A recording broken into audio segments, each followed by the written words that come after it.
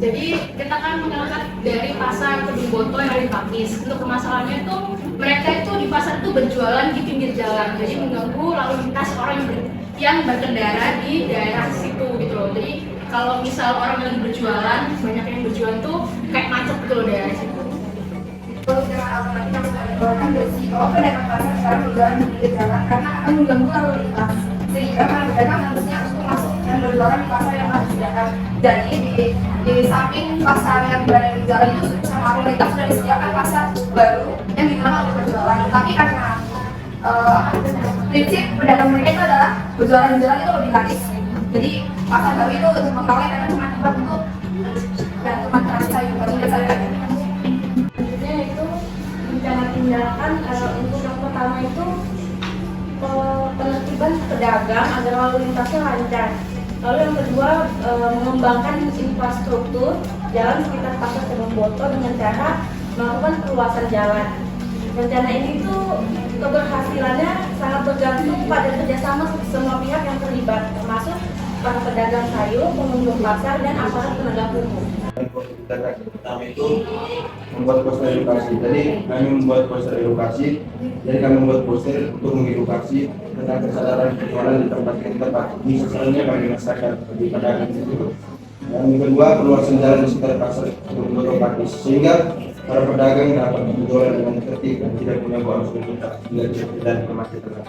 Kemudian usulan kebijakan dari Divisi Satpol PP yaitu solusi terakhir yang dapat dilakukan untuk menertibkan para pedagang yaitu dengan berkoordinasi dengan desa dan pihak pasar desa dengan cara memberikan surat peringatan mulai dari surat peringatan pertama hingga ketiga. Namun jika surat peringatan tersebut tidak dihiraukan maka akan ada tindak lanjut dari Satpol PP. Selanjutnya di sini ada dokumentasi di sebelah sana, ada dokumentasi jalan pasar ketika mengalami kemacetan karena adanya pedagang yang berjualan di pinggir jalan, lalu ada pedagang yang sudah berada di pasar baru. Dan di sebelah sini juga ada pedagang, wawancara pedagang, Satpol PP dan pengendara yang melewati jalan itu. Tapi belum ditampilkan hasil wawancara dari Satpol PP. Itu akhirnya Hasilnya tuh berupa usulan kebijakan dari Satpol PP, Pak. nah sebenarnya Satpol PP sudah pernah memberikan edukasi atau memberikan penertiban ke pasar ini. Ini kan pasar yang ada di ini kan, yang ada di pinggir jalan itu. Kalau untuk hasil wawancara itu kemarin Pak Johannesnya sudah mengatakan bahwa mereka sudah mengeluarkan kebijakan salah satunya itu menetapkan jam. Jadi dari sekitar jam 4 pagi sampai jam 8 itu waktu pedagang ini jualan. Setelah itu tempatnya harus steril agar lalu lintasnya lancar. Tapi para pedagang ini melanggar itu. Jadi mereka dari jam 8 itu belum steril, mereka masih berdagang sampai sore. Berjualan sama jam 5 sore. Kemudian pasar itu baru steril. Kemudian Pak Johannes juga bilang mereka juga sudah turun untuk menangani itu, tapi para pedagang ini malah menyewa preman. Untuk mengusir Satpol PP itu. Solusi terakhir yang dapat dilakukan oleh Satpol PP itu untuk menertibkan para pedagang dengan berkoordinasi dengan desa dan pihak pasar desa dengan cara memberikan surat peringatan. Mulai dari surat peringatan pertama hingga ketiga. Namun jika surat peringatan tersebut tidak dihiraukan, maka akan ada tindak lanjut. Benar ada di dalam benar nggak? Sejauh ini belum ada dari Satpol PP karena baru tadi yang dijelaskan sama Oja turun terus disadar sama PR.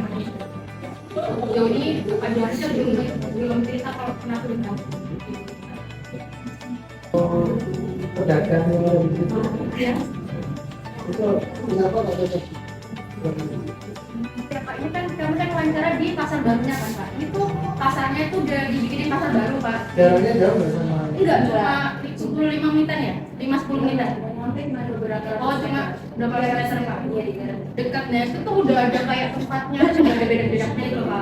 Tapi tapi mereka tuh nggak mau pakai karena alasan mereka yang pertama itu kayak apa, berjualannya tuh nggak bisa di sana, terus habis itu kayak harus jalan buat masuk ke pasarnya itu katanya susah, padahal itu di pinggir jalannya pas. Terus kayak apa namanya, kalau di sana itu kayak kurang laris dan lainnya gitu. Karena tempatnya itu agak ke dalam, sebenarnya itu agak ke dalam, mereka tempatnya tidak strategis. Ya, padahal dalamnya cuma sedikit doang sih Kak. Terus makanya yang pasar baru ini dibuat jadi tempat transitnya sayur-sayur gitu, buat dikirim ke luar kota.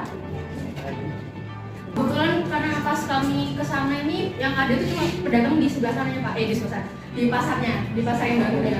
Untuk pedagangnya di jalannya itu juga ada Pak, lagi nggak ada yang jualan.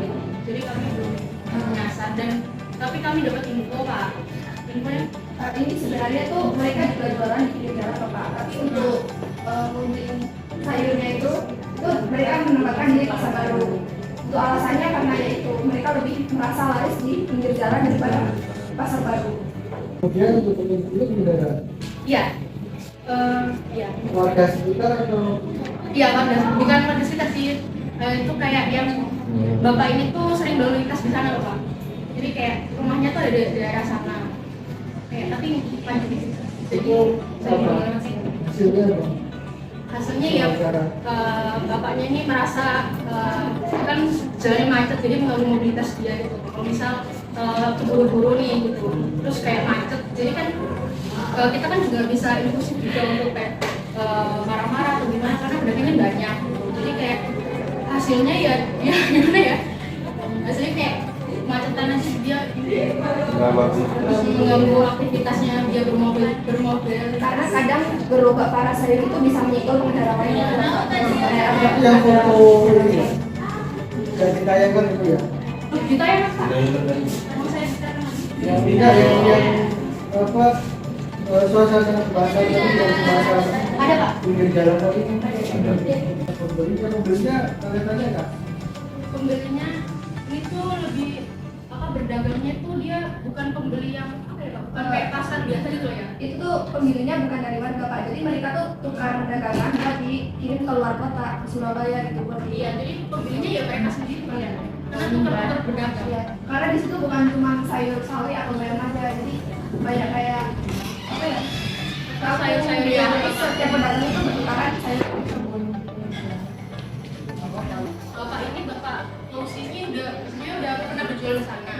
Tapi dia di sini tuh cuma untuk transaksi menang barang aja. Jadi bapaknya berjualan di sana, di pasar yang lama. Iya, di pasar ini.